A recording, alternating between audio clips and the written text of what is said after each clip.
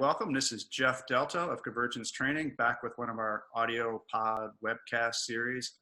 Today we'll be talking in occupational safety, and we'll be talking about fall prevention and protection, partly to line up with the this year's National Safety Stand Down related to fall prevention and protection. I have a special guest from Oregon OSHA. We have Craig Hamelund. Craig is a guy who I've gotten to take a lot of trainings with at various fall prevention and other training sessions. So I've learned a lot from him myself. And he's the occupational safety training specialist with Oregon OSHA. And with that, I'd like to say, hi, Craig. How are you doing today? Hi, Jeff. Good to see you. Good to see you as well. You're just as good looking on video as you are in person. I was going to say the same about you. So that's great to know. We're a couple of handsome looking gentlemen. Thank you so much. We can't go wrong now, can we? No, I think we've got everyone hooked now.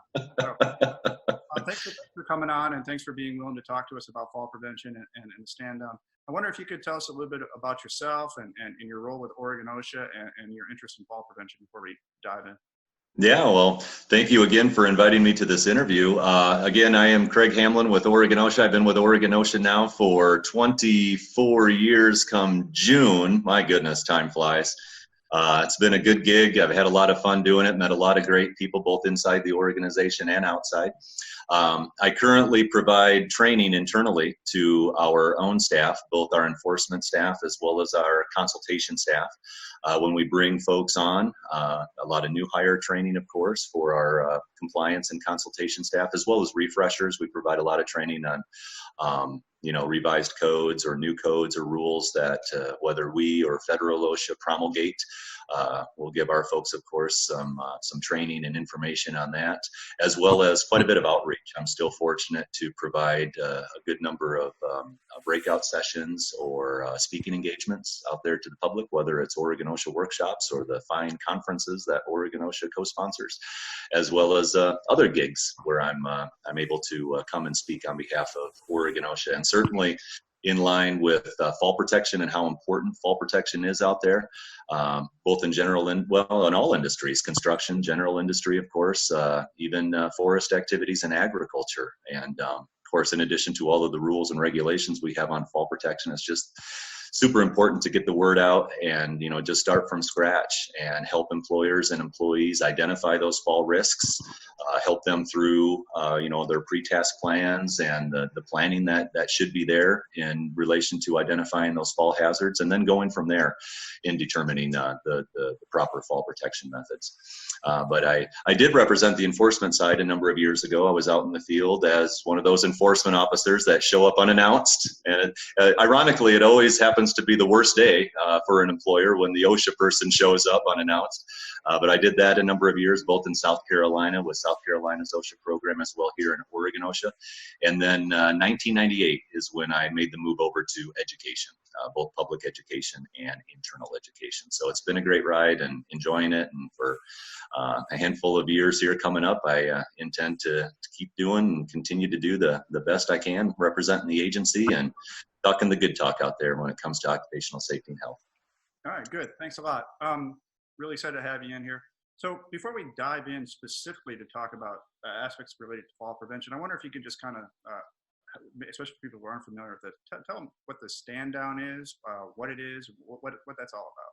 Yeah, this fall safety stand down, I think we're in the 6th year now nationally, and here in the Pacific Northwest, out of the Pacific Northwest OSHA Ed Center, up there at University of W with the help of University of Washington, with the help of AGC here locally, as well as the fine folks from the University of Washington, Pacific Northwest OSHA Ed Center. Harvey McGill with PAC Pro is our MC at our event here locally.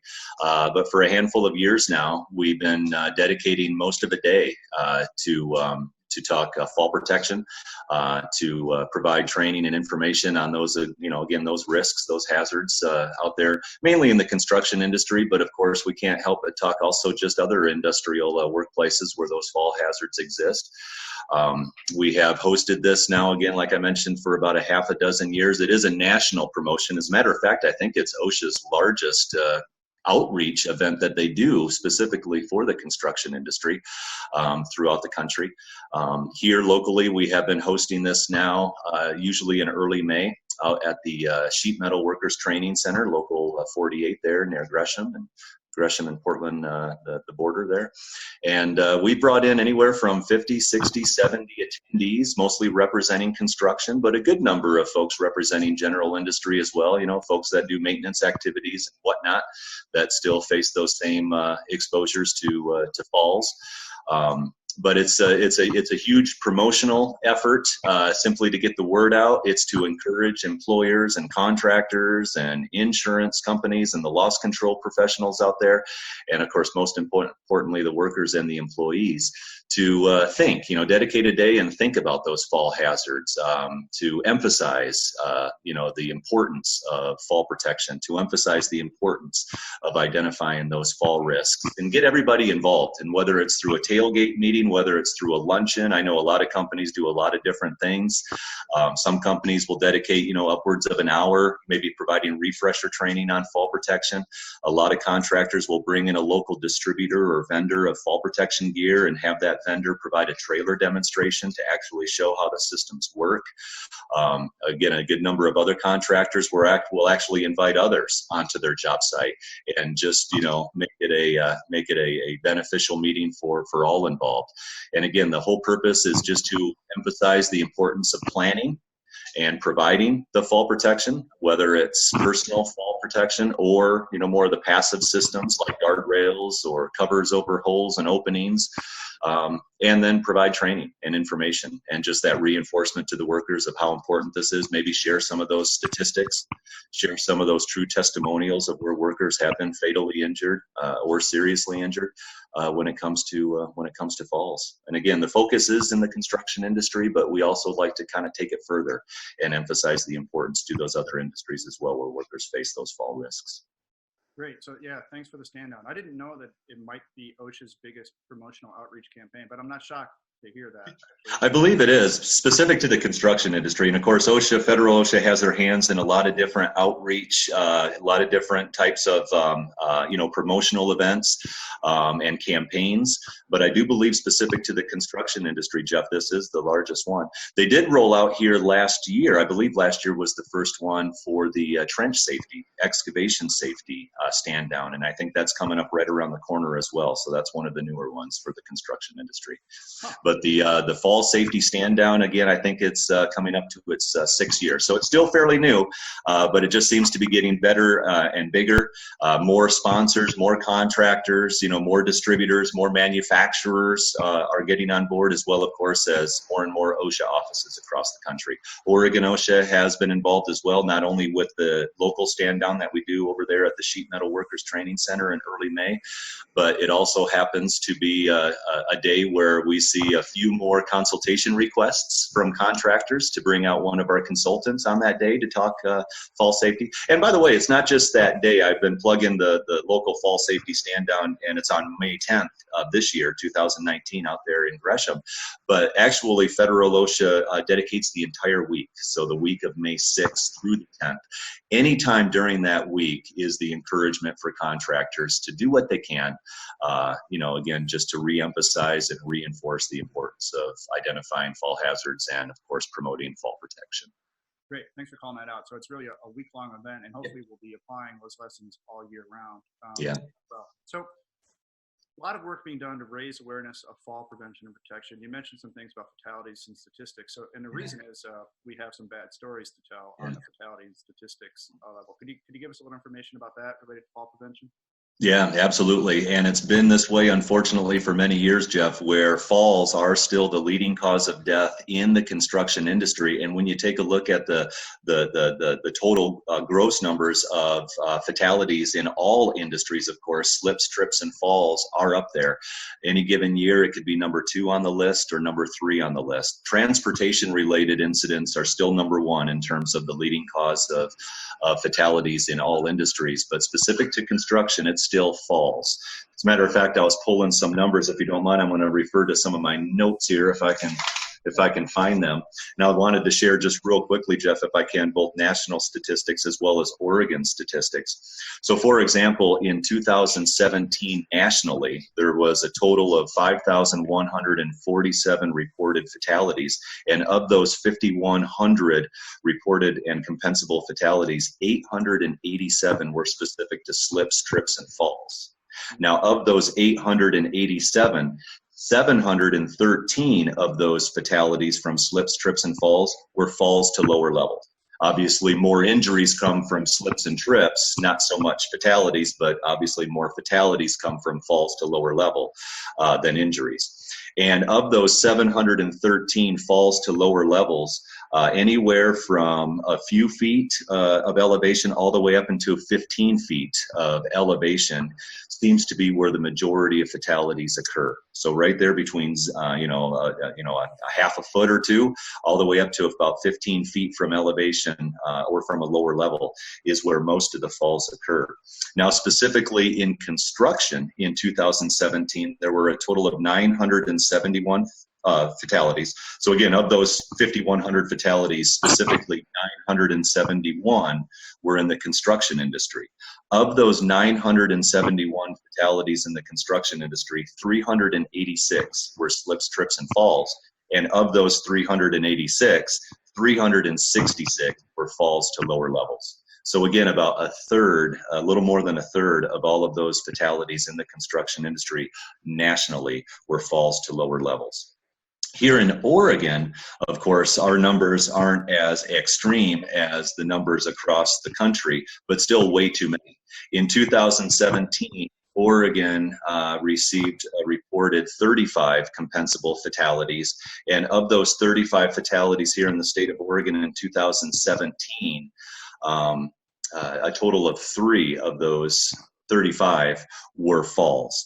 2 of those 3 were falls to lower level. We actually did have a fatality of somebody slipping at the same level and fatally succumbing to that injury. But 2 of those 35 were falls to a lower level. In construction, 1 of those 2, and of those 2 falls to lower levels in 2017 here in Oregon, 1 was specifically in the construction industry. And that's what we've been seeing, Jeff, in the last few years, about 1 fatality in the construction industry here in Oregon. But 1, of course, as you know, is still way too many. And when we're looking at, anywhere on average from 25 to 35 compensable reportable fatalities here in the state of Oregon, we usually see, a few of those specific to falls to lower levels. So yeah, still way too many. All right, so good setup with that data. Yeah, and the numbers are huge. I'm not sure if I knew that, both state level and federal level. So if that's the magnitude of the problem, what's creating these falls that lead to fatalities? What are some of the major actual things going wrong and hazards and problems?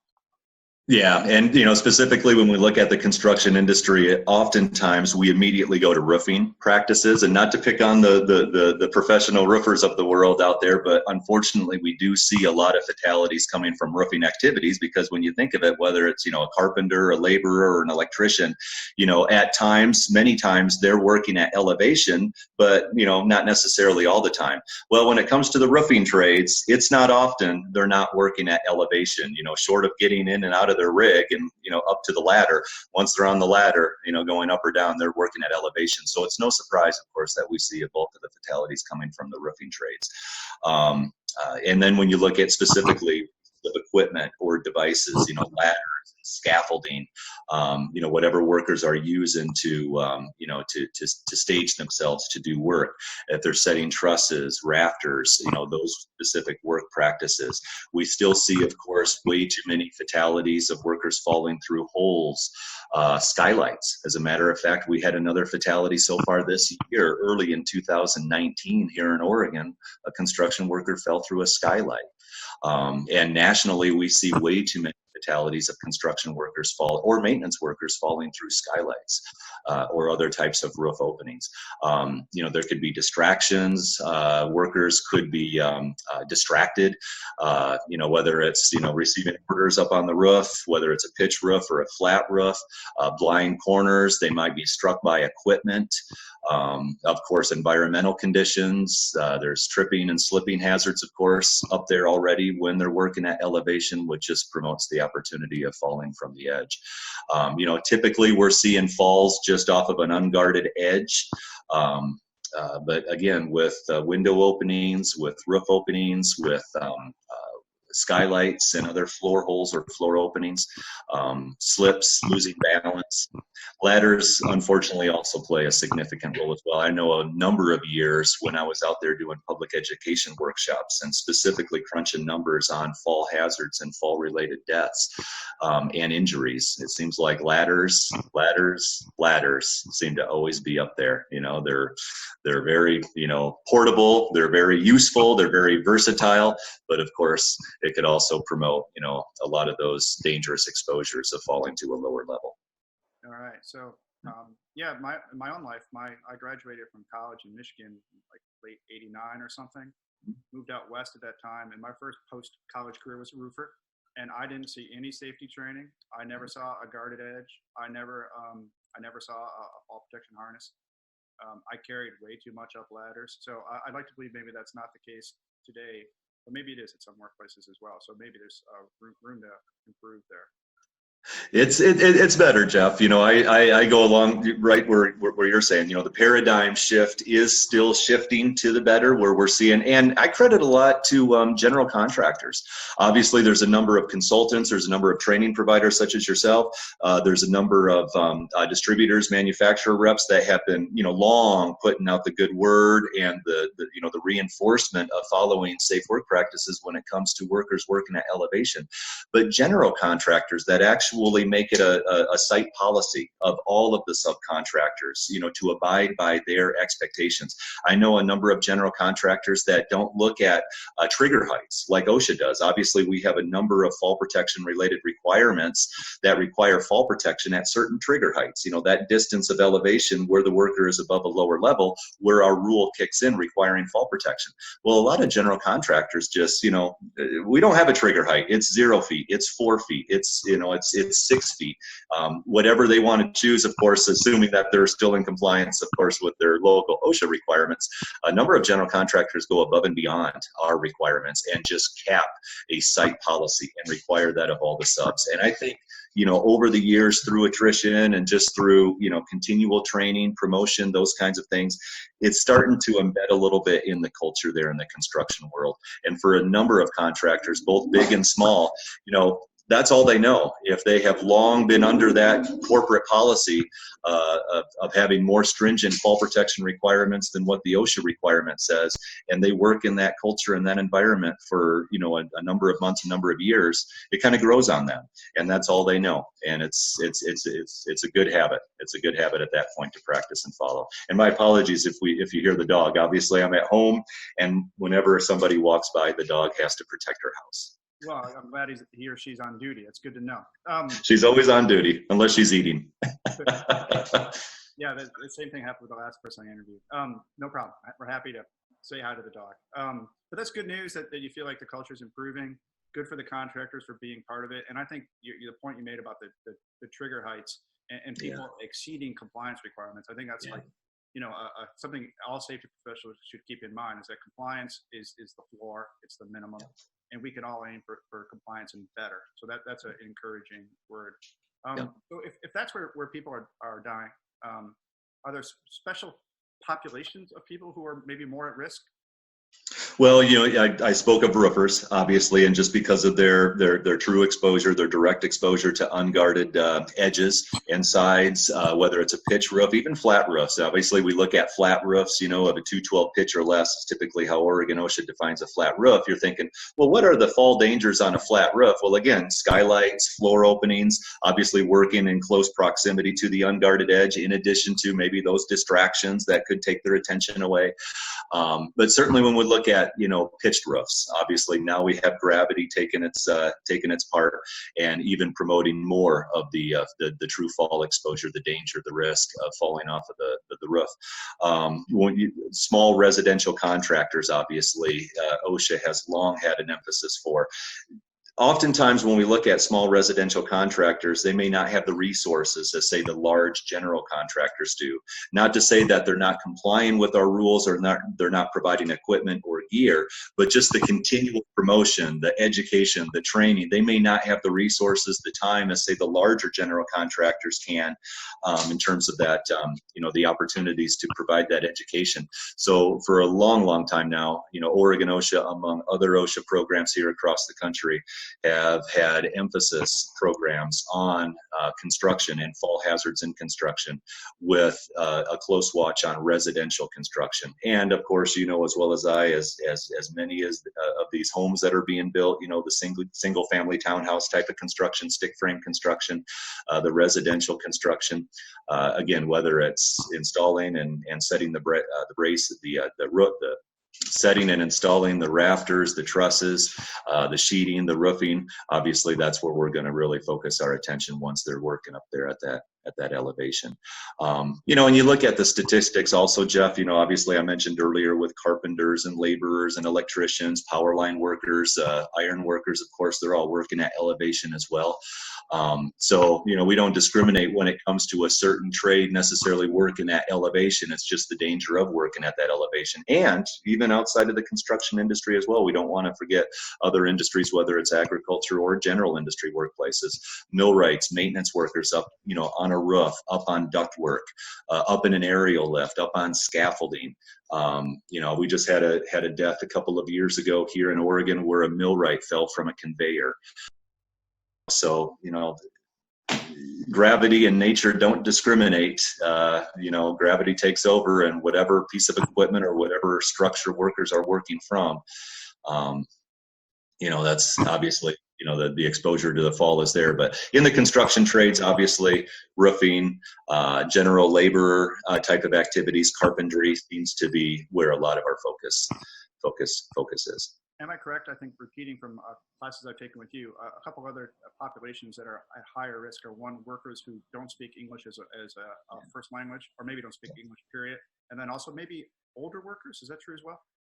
Well, what comes with older workers, and I can speak on behalf of older workers when we think that we know what we're doing because we've been doing it this way for many, many years. Well, a human function is complacency, right? So oftentimes when we look at statistics, the statistics will show us, more often than not, that it's the less tenured worker, the new worker that receives the injury. A lot of the logic behind that is they haven't been, fully equipped, trained, educated, what have you. They could still be impressing or showing off to their supervisor that they can do the job. So the statistics typically show that it's the less tenured workers that receive more of the injuries. But I agree with you. You then flip the switch to the other end. We have the more seasoned workers, if you will, where, been there, done that. They might be way too comfortable in their way, and complacency kicks in. And going back to what you first started with the non-English speaking workers, with,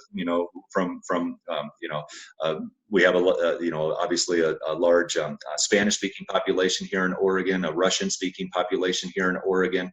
And the outreach has been there for many, many years, but it's still taking a little more time for a lot of those contractors, and especially the smaller contractors, to get on board fully. And again, going back to the resources, the time, they just don't have as much as, say, the larger players out there do. But we have seen a lot of success even in the smaller contractors. Matter of fact, I was watching a webinar just last night preparing for your interview here today, and looking at small residential contractors, again, many of them where English is not their first language, crunching the numbers much more specifically, employers of 1 to 10 employees, and then employers of 20 or fewer employees represent about 70% of all the fall fatalities across the country. Yeah. And, granted, most employers, certainly here in Oregon, are deemed as small employers, many more of them than the larger players. So again, Oregon OSHA's emphasis has long been on, those smaller employers, just simply because that's where I can't say statistics today, but that's where the statistics show, and, further, directs us to where we think we should be. Well, obviously they have a resource issue, and that's a nice thing about the stand down is there's all these events that other people are putting on, other organizations, other companies, other associations, and these smaller employees employers can send their employees to this training in other places. Yeah, and there's so much outreach out there. As a matter of fact, I just went on the Pacific Northwest OSHA Ed Center's website last night. Of course, the group that's promoting the May 10th stand down here locally in the Portland area. And there are a ton, I didn't count because I think I lost count. There are so many links to campaign materials, outreach materials, whether it's from AGC, NIOSH, the National Institute of Occupational Safety and Health, the Center to Protect Workers' Rights, CPWR. There's videos, there's training programs, there's toolbox talks, there's tailgate tip sheets, there's checklists, there's training plans, OSHA's website, Oregon OSHA's website. I know you provide a ton of information out there from the products, the fine products that you deliver. So there is so much out there that even the small contractors can ascertain at no cost, and use. Yeah, absolutely. Cool. Well, before I ask the next question, quick heads up. This webinar tool I use is unlimited time if you have 2 people, but when you called in, they registered as a 3rd person. I didn't expect it. So in 3 minutes, they're going to cut us off. We will, I'll send you another, that's not your problem. Okay. I'll send you another link. We'll stitch the videos together. So, okay. All right. Sounds good. If I disappear, that's why. And was the 3rd person my dog, I wonder? Yes. Well, or I don't know if I was going to apologize as well. We have a resident Robin who's been attacking his reflection in our window. So you might be hearing that. So apologies for that. Okay, so we talked about populations that might be at greater risk. Could you tell us some ways we can reduce the number of all these fatalities? Well, again, certainly we talked a lot about the importance of training and educating and informing the workers out there. Oregon OSHA has long been a strong advocate for companies and contractors and employers to use voluntary compliance opportunities like our consultation program, workers' compensation. Whoever an employer is insured with on the workers' comp side, they have loss control professionals that can be out there on the job site helping them. Again, if they have been working closely with a local fall protection equipment distributor, manufacturer representative, having them come out, provide training specifically with the gear that they are using. Trailer demonstrations. A lot of these distributors will show up on a job site with an actual service truck or trailer, and they will do drop tests to show how the systems work with the scale, to demonstrate how much arresting force is created when an average size construction worker is falling in that gear. And then we can further do the math and realize how much force is being created when other workers are wearing the gear. And again, I credit a lot of the contractors out there who have taken it upon themselves, whether big or small, to just continually promote through strong, robust company policies, more stringent than OSHA requirements, just to ensure that everybody is in compliance and holding people accountable as well. It starts with the, obviously upper management, but all the way down to the foremen, superintendents, and supervisors on site. If they're being held accountable to ensure that their workers are properly equipped, tied off, protected from falls, they should be doing the same as well. Okay, for anybody watching, we had a little webinar clip there. We're recording again on new video. Craig was telling us about ways we can reduce the number of fall protection fatalities. And he had ended by talking about holding employers accountable, but I know he has more to say. Go ahead, Craig. Well, and obviously Oregon OSHA is charged with holding employers accountable. That's, how the Oregon Safe Employment Act reads, of course, and that is our primary measure on the enforcement side, is to conduct unannounced inspections to hold employers accountable. But then trickling down, of course, the expectation, of course, is employers holding employees accountable. And I mentioned earlier, it starts, of course, at the upper management all the way through the ranks. But in the construction world, we have found, right there at the foreman, superintendent, supervisor level, if they're out there displaying the best practices, they're out there not only talking the talk but walking the walk, then we'll see the crews following their lead. And then, of course, through whatever accountability structure they have in place, progressive discipline, reminders, termination. I know there's a number of contractors, billboard sign installers, one strike, you're done, assuming that all the training and the equipment has been has been provided for. So how an employer actually exercises their accountability, of course, is up to them. But as long as there's accountability in place, and that is beyond responsibility, right? There's that slight difference between responsibility and accountability, and with accountability comes consequence. So again, whether it's discipline or other forms of reprimand, but then to kind of turn things around, accountability can be positive as well. So the workers are out there wearing the gear, they're installing the guardrails, they're checking the guardrails to ensure that they're fastened and secure. Recognize those folks for doing the right things and following company policy as well. And I know a lot of contractors, whether it's this week, May 6th through 10th with the fall safety stand down, throughout the year, recognizing their superintendents, foremen, supervisors, and crew members for doing the right things, whether that's through public recognition, whether that's through pats on the back, whether that's through, promotional opportunities, what have you. Accountability doesn't always have to be negative. Yeah, that's a good point as well. Thanks for calling that out. Okay, so I think a lot of safety professionals are obviously familiar with the hierarchy of controls. Yeah. There's a concept of the fall protection hierarchy of controls, which maybe is not as universally well known. I wonder if you could talk us through that. Sure. And I think oftentimes it may not be universally practiced or known is because there's may not, for different types of operations, activities, contractors, employers, they may not have a lot of opportunities to eliminate that true fall hazard. They can't do everything at ground level, for example. So oftentimes we find ourselves out there promoting to at least do as much as you can at ground level before the workers are working at elevation. And we talked earlier about how that paradigm is shifting still slowly, but surely to the positive end of the spectrum. More and more contractors are installing their guardrails on their forms or walls at ground level before they're actually being flown up on the structure. Steel erection, iron workers, steel erection contractors are installing the horizontal static lifelines on the beams before they're being raised up on the skeletal steel structure. So they're actually accommodating, as much or accomplishing as much as they can at ground level to eliminate the subsequent fall risks when workers eventually have to work up at elevation. And then kind of following the hierarchy, of course, if we can cover holes, build walls, install guardrails, maybe provide more of those what are referred to as passive fall protection systems like guardrails and covers over openings and skylights and holes, after any type of hazard elimination has been vetted out. Then moving more towards the personal protective equipment, the personal fall protection. And in the world of personal fall protection, you have personal fall restraint, where you're basically a dog on a leash. So a lot of training, a lot of enforcement, a lot of accountability comes with that in terms of just the proper setup of the gear, all the way up until personal fall arrest. And that's when workers do have that opportunity to free fall, and then they're relying, of course, on the gear to stop and arrest their fall. And of course, much more involved in fall arrest than building guardrails or even fall restraint, where now we have to calculate our fall distance. We have to ensure that there's enough clearance down below so the worker, if they do take a plunge off the unguarded edge, they're not going to strike anything below them.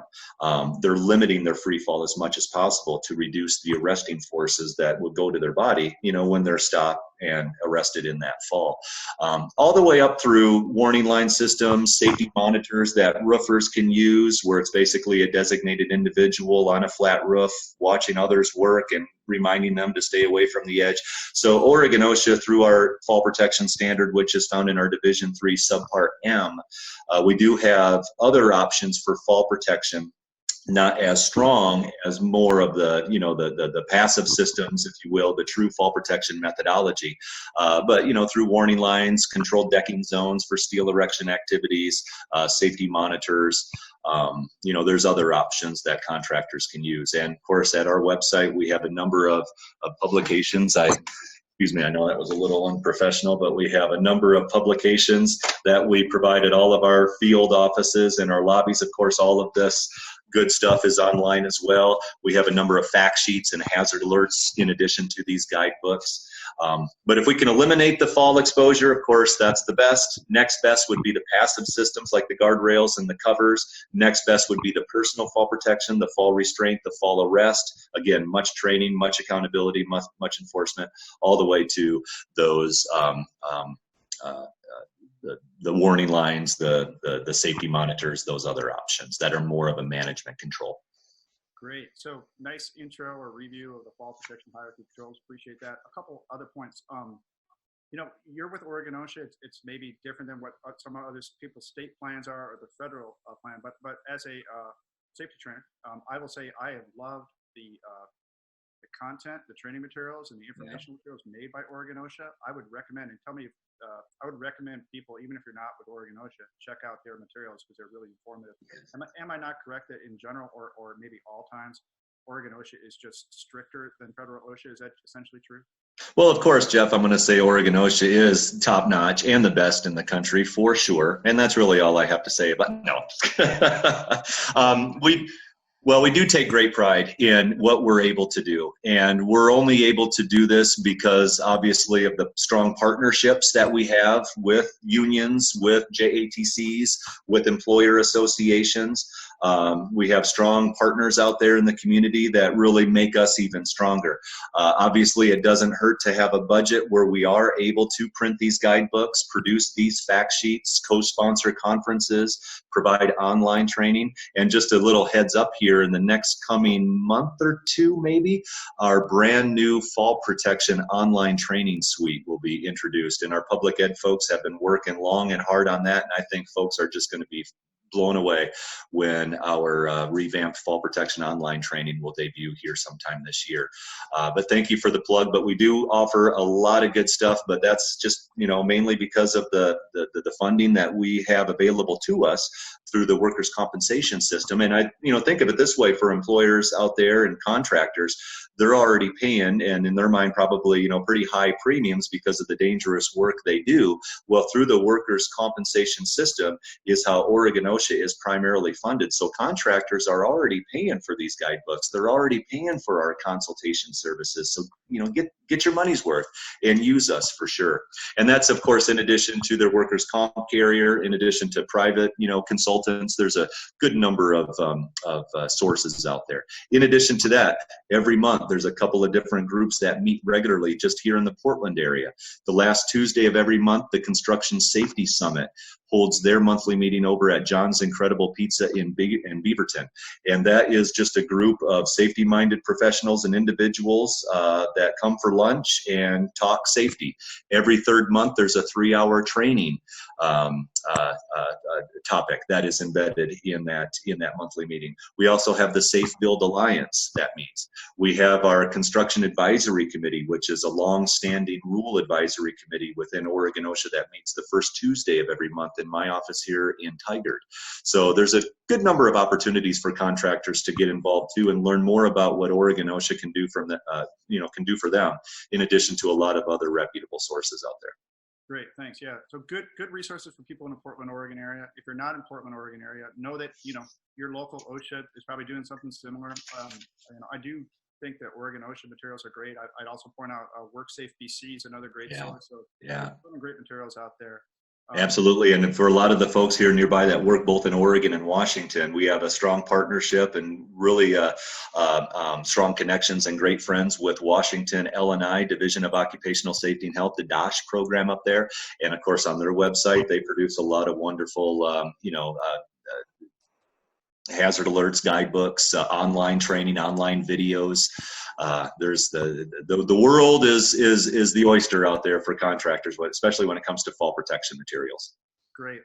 Well, obviously with the safety stand down, one of the invitations from federal OSHA, from the state level OSHA programs, is to get employers to get themselves and their employees off to some kind of training or to host it themselves. I know that you guys will be doing something at the Sheet Metal Institute in collaboration with Pacific Northwest OSHA Education Center on this topic soon. I wonder if you could just tell us a little bit about that for people who are local, but for people who aren't local, maybe if you could just kind of explain what you're going to be talking about so that maybe they can, like a personal employer or somebody in Minnesota could or whatever, could model what they're doing based on what you're doing.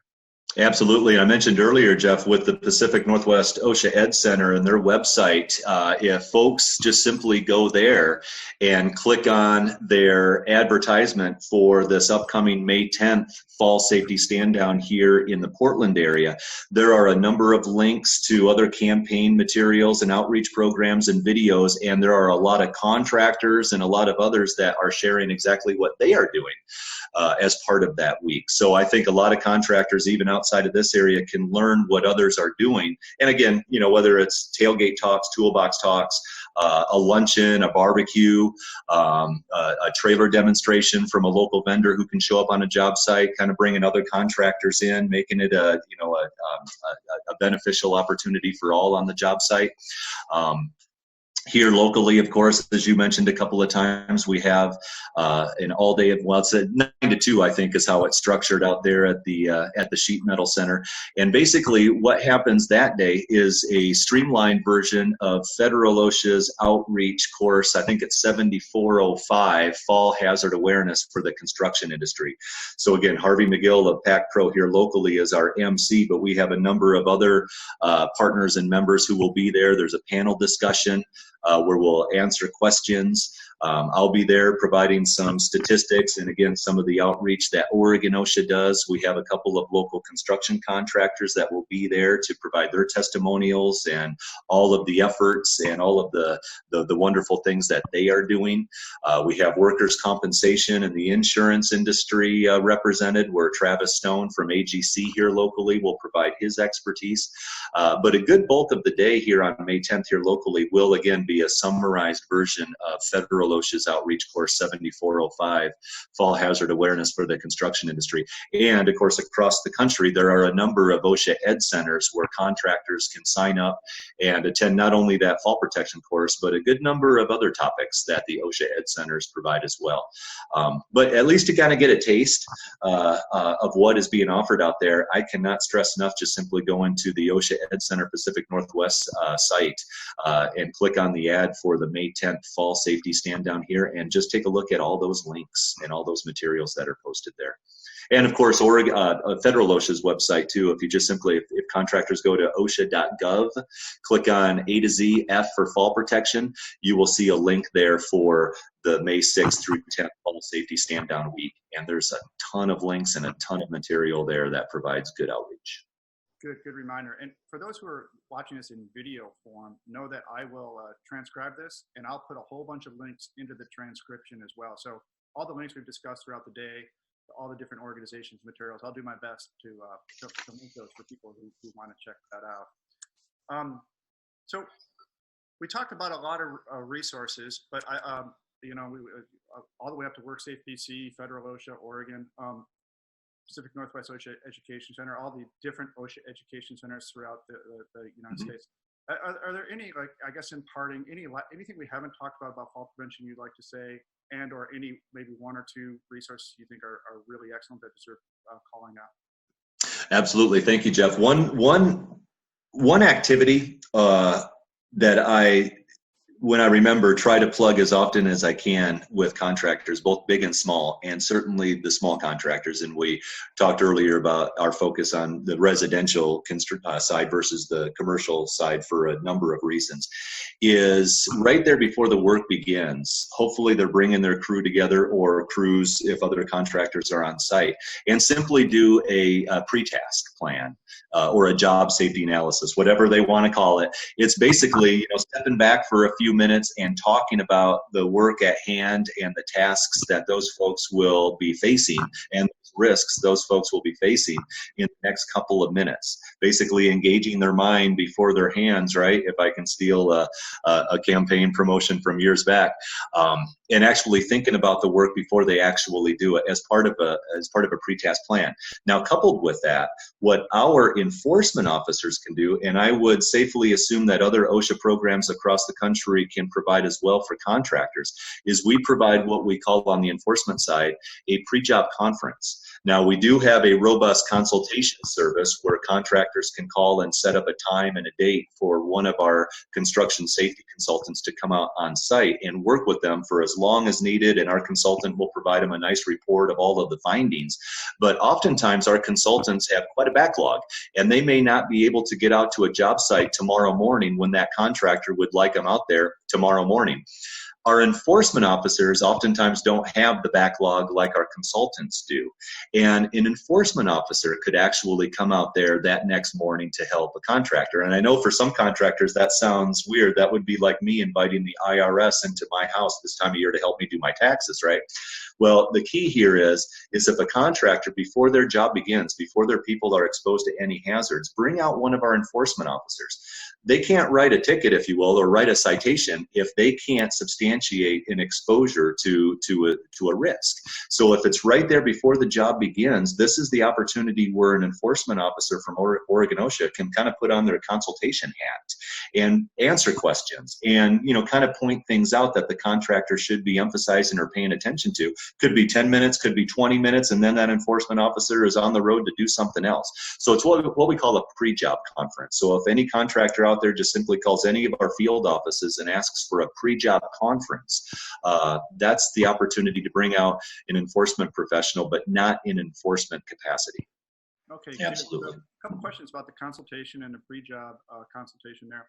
First of all, I just want to remind everybody that while Craig is with Oregon OSHA, that there's consultation services throughout the United States with federal and the different OSHA programs, BPP and SHARP. So you can take advantage of that opportunity anywhere.